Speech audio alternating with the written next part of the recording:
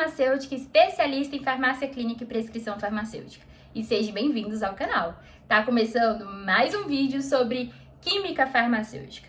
No vídeo de hoje, abordaremos sobre alvo farmacêutico. Então, pegue a caneta e vamos lá. Então, vamos lá.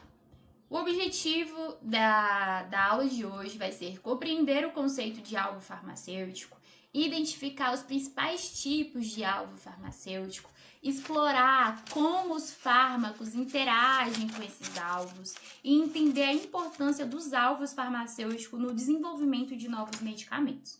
Então, o que é um alvo farmacêutico? Um alvo farmacêutico é qualquer biomolécula dentro do corpo que um fármaco pode ligar-se para modificar a função biológica e tratar uma doença. Mas antes de vocês entenderem o que é um alvo farmacêutico, vocês precisam entender sobre estrutura celular, porque é através dela, né, que teremos os alvos farmacêuticos se ligando. Então, no núcleo, né? Então, se vocês observarem aqui, nós temos... Cadê meu cursor? Opa, aqui. Teremos o núcleo, teremos o citoplasma, teremos as organelas, as mitocôndrias, os ribossomos, o complexo de Golgi, enfim. Teremos várias organelas aí dentro da estrutura celular que vai participar, né, desse processo do alvo farmacêutico. E aí que quando falamos sobre fármacos, nós vamos ter os receptores, que são proteínas que recebem sinais químicos e desencadeiam uma resposta celular. Aí nós vamos ter como exemplo os receptores beta-adrenérgicos. Vamos ter as enzimas, que são catalisadores biológicos que aceleram as reações químicas no corpo. E teremos os canais iônicos, proteínas que permitem a passagem de íons através das membranas celulares. Então, como exemplo, nós temos os bloqueadores de canais de cálcio. E teremos também os transportadores, que são proteínas que movem as substâncias através das membranas celulares. E aí, como exemplos, a gente tem os inibidores de recaptação de serotonina. Os alvos farmacêuticos, eles podem ser classificados em várias categorias, dependendo da sua função e estrutura. As principais categorias incluem essas 4 aqui que estão nessa imagem. Então, nós teremos os canais iônicos, que possuem uma resposta biológica rápida, além deles modularem o fluxo do íon, influenciando a excitabilidade celular. Né? Então, ele tem uma resposta rápida, ele vai modular o fluxo dos íons. E depois teremos aqui os receptores acoplados à proteína G, que ele desencadeia uma cascata de efeitos e produz um efeito rápido, não tão rápido quanto os canais iônicos.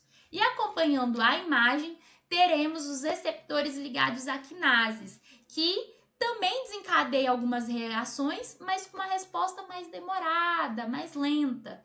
E, por fim, teremos os receptores nucleares, né? Eles estão localizados no interior das células, geralmente no núcleo da célula, onde ele vai transcrever, onde eles vão regular a transcrição gênica, né? Vão fazer ali a síntese de proteína, os efeitos celulares, e é uma resposta ali um pouquinho mais demorada. Então, vamos falar sobre sítio de ligação. O que é sítio de ligação? Sítio de ligação é uma região específica de uma macromolécula com uma proteína onde uma molécula menor chamada de ligando se liga. Essa ligação é fundamental para a função biológica da proteína e pode desencadear ou inibir uma resposta celular. Então, a interação entre um fármaco e seu alvo ele é crucial para a eficácia terapêutica. Essa interação é frequentemente descrita em termos de afinidade. Quão bem o fármaco ele se liga ao alvo, e seletividade. Quão especificamente o fármaco se liga ao seu alvo preferido em vez de outros. Então, a gente tem aqui alguns exemplos. Então, a gente vai ter a especificidade, que é o sítio de ligação, que é altamente específico para o ligando. Isso significa que apenas moléculas com uma forma complementar e características químicas adequadas podem se ligar a ele. É similar como se fosse uma chave que se encaixa em uma fechadura. Então, aquela famosa frase de chave, fechadura, especificidade, porque não é qualquer chave que vai encaixar na fechadura. É uma chave específica que se liga, né? Falando em caso de fechadura e chave, né? Então, é uma chave específica que entra numa fechadura. Então, no caso, né, vai ser um ligando que vai se ligar a um específico. Então, vamos ter as interações químicas, que é a ligação do ligando ao sítio, né? Ele envolve várias interações químicas. E aí, a gente vai ter as ligações de hidrogênio, as forças de Van der Waals, as interações hidrofóbicas e, às vezes, ligações covalentes. Essas interações são responsáveis pela estabilidade da ligação. Vamos ter também a conformidade estrutural. Muitas vezes, quando o ligando se liga ao sítio de ligação, a estrutura da proteína pode mudar ligeiramente para acomodar o ligando de forma mais eficaz. Isso é chamado de ajuste induzido. E a gente vai ter a função biológica. A ligação de um ligando ao sítio de uma ligação pode ativar ou inibir a função da proteína. Por exemplo, a ligação de um neurotransmissor a um receptor. Ele pode ativar um sinal dentro de uma célula, enquanto a ligação de um inibidor a uma enzima pode impedir que a enzima funcione. Tá certo? Então, por exemplo, nós vamos ter os receptores de membrana, que são as células receptores de membrana em sítios de ligação, que foi o que a gente falou. Essas células, ela tem sítios de ligações para hormônios ou neurotransmissores.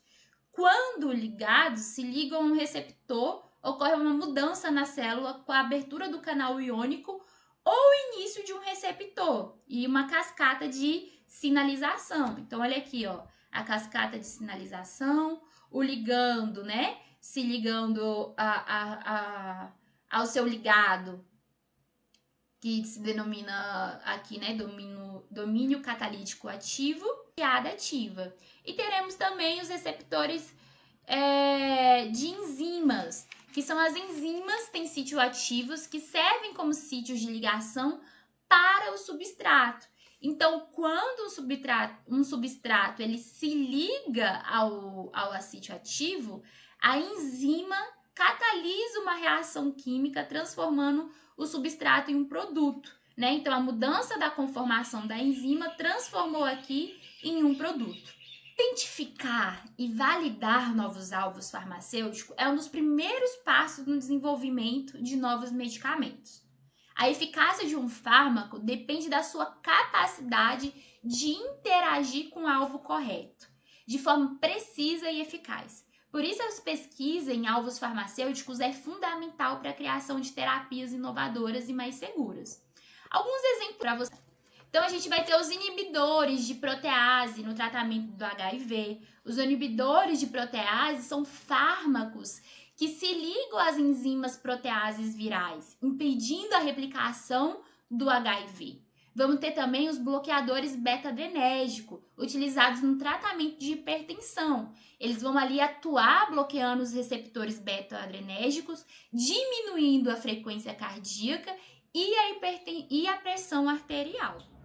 E o vídeo de hoje foi esse. Eu espero que vocês tenham conseguido entender e que eu tenha conseguido descomplicar essa matéria para você. Não esqueçam de se inscrever no canal, ativar o sininho para não perder nenhum conteúdo. Um grande beijo, um grande abraço e fique com Deus!